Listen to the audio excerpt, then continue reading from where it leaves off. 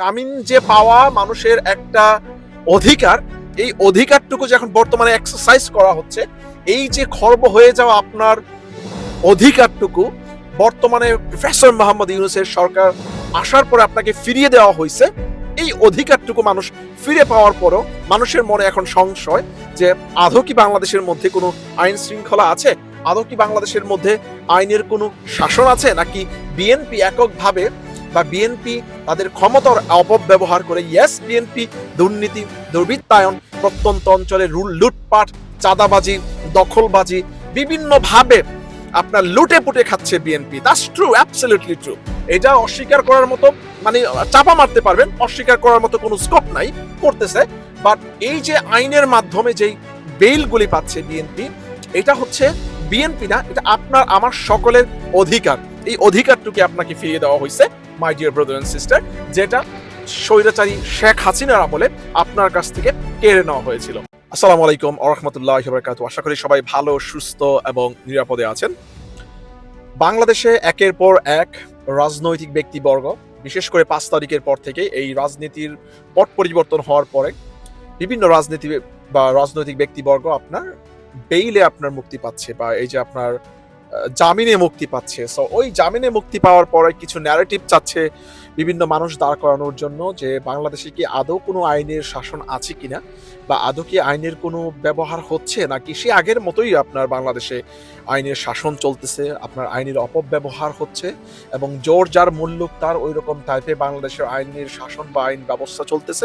ব্যাপারটা কি এরকম, নাকি বা বিএনপি প্রশাসনের উপরে ব্যাপকভাবে আপনার চাপ সৃষ্টি করার কারণে অনেকে আপনার জামিনে মুক্তি পাচ্ছে, অনেকে আপনার রাতারাতি জামিন পেয়ে যাচ্ছে, বিষয়টা এরকম কিনা? বা বিশেষ করে আপনারা জানেন যে নারায়ণগঞ্জের সাবেক যেই ছাত্রদলের সভাপতি, ওই ব্যক্তি আপনার মুক্তি পাওয়ার পরে আপনার এই রব বা এই হই হই রই রই বিষয়টা আপনার আরো সবচেয়ে বেশি সামনে আসছে। সো ওই ব্যক্তি আসলে প্রায় 33টা মামলার মধ্যে আসামি ছিল। ওই 33টা মামলা থেকে উনি প্রায় অনেকগুলি মামলার মধ্যে বেইল পাইছে।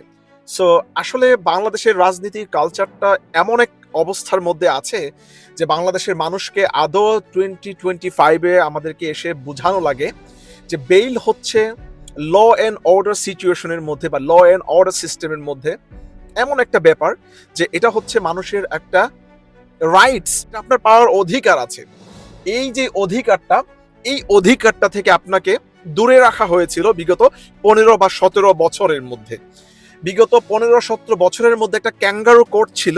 একজন ব্যক্তি বা একটা প্রশাসন বা একটা গ্রুপ সেট করে দিত যে কোন ব্যক্তি আপনার বেইল পাবে, কোন ব্যক্তি বেইল পাবে না, কোন ব্যক্তিকে কোন মামলার মধ্যে ঢুকিয়ে দেওয়া হবে এবং কে কাকে কিভাবে আপনার নিপীড়ন করবে, কোন সিস্টেমে নিপীড়ন করবে, এগুলো আগে থেকে প্রি ডিটারমাইন করা থাকতো। তো যার কারণে বাংলাদেশের মানুষ আসলে থাকে না যে আপনার চুন খেয়ে মুখ পুড়ে, এখন ওরা দই দেখলেও আপনার ধরেন এখন আর ভালো লাগে না, ওদের ভয় লাগে। সো ব্যাপারটা হচ্ছে এরকম যে বাংলাদেশের মানুষ এই দুর্নীতি, ল অ্যান্ড অর্ডার সিচুয়েশনের মধ্যে দেখে, এই সিস্টেমের মধ্যে দেখে এখন বর্তমানে জামিন যে পাওয়া মানুষের একটা অধিকার, এই অধিকারটুকু যে এখন বর্তমানে এক্সারসাইজ করা হচ্ছে, এই যে খর্ব হয়ে যাওয়া আপনার অধিকারটুকু বর্তমানে প্রফেসর মোহাম্মদ ইউনূসের সরকার আসার পরে আপনাকে ফিরিয়ে দেওয়া হয়েছে। এই অধিকারটুকু মানুষ ফিরে পাওয়ার পরও মানুষের মনে এখন সংশয় যে আদৌ কি বাংলাদেশের মধ্যে কোনো আইন শৃঙ্খলা আছে, আদৌ কি বাংলাদেশের মধ্যে আইনের কোনো শাসন আছে, নাকি বিএনপি এককভাবে বা বিএনপি তাদের ক্ষমতার অপব্যবহার করে, ইয়েস বিএনপি দুর্নীতি, দুর্বৃত্তায়ন, প্রত্যন্ত অঞ্চলে লুটপাট, চাঁদাবাজি, দখলবাজি বিভিন্নভাবে আপনার লুটে পুটে খাচ্ছে BNP. That's true, absolutely true. এটা অস্বীকার করার মতো, মানে চাপা মারতে পারবেন, অস্বীকার করার মতো কোনো স্কোপ নাই, করতেছে। বাট এই যে আইনের মাধ্যমে যেই বেইলগুলি পাচ্ছে বিএনপি, এটা হচ্ছে বিএনপি না, এটা আপনার আমার সকলের অধিকার। এই অধিকারটুকু আপনাকে ফিরিয়ে দেওয়া হয়েছে my dear brother and sister, যেটা স্বৈরাচারী শেখ হাসিনার আমলে আপনার কাছ থেকে কেড়ে নেওয়া হয়েছিল। দ্যাটস ইট, আর এতটুকুই, আর কিছুই না। আইন ব্যবস্থার মধ্যে এমন কিছু অফেন্স আছে যে অফেন্স যদি আপনি করেন, ওই অফেন্সের বেইল হয় না, বা ওই অফেন্সের বেইল আপনাকে সহজে দেয় না।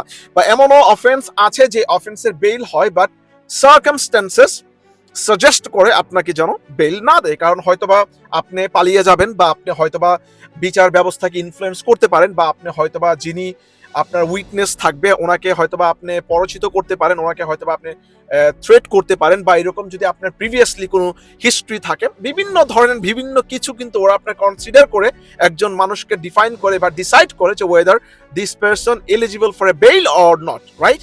সো বেইলেবল বা নন বেইলেবল যদি কিছু অফেন্স আমি আপনাদেরকে বলি, যদি নন বেইলেবল কিছু অফেন্স বলি, ধরেন আপনার মার্ডার, পেনাল কোডের যে আপনার 1860 বা আপনার সেকশন 302 আন্ডারে যদি কেউ আপনার মার্ডার বা মার্ডারের আসামি থাকে, তাদেরকে আসলে বেল দেওয়া হয় না, রাইট? আপনি যদি রেপ থাকে, কেউ রেপ করছে, হ্যাঁ, তাদেরকে আসলে বেল দেওয়া হয় না, বা রেপের এলিগেশন আছে, ওদেরকে আসলে বেল দেওয়া হয় না।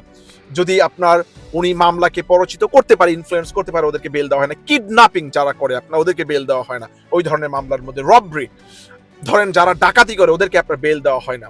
যারা আপনার বিভিন্ন ধরনের চুরি বা ডাকাতির সম্পদ কিনে বা বিক্রি করে বা আপনার রিসিভ করে, ওদেরকে আপনার বেল দেওয়া হয় না। বা যাদের বিরুদ্ধে এই ধরনের আপনার প্রমাণপত্র পাওয়া যায়, যাদের বিরুদ্ধে এই ধরনের আপনার অভিযোগ থাকে, ওদেরকে আপনার বেল দেওয়া হয় না।